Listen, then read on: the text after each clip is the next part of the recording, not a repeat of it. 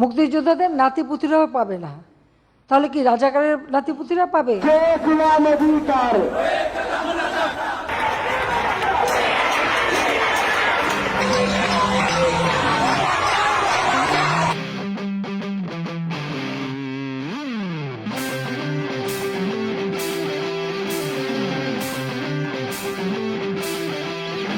মোরা ঝঞ্ঝার মতো উদ্যম, মোরা ঝর্ণার মতো চঞ্চল, মোরা বিধাতার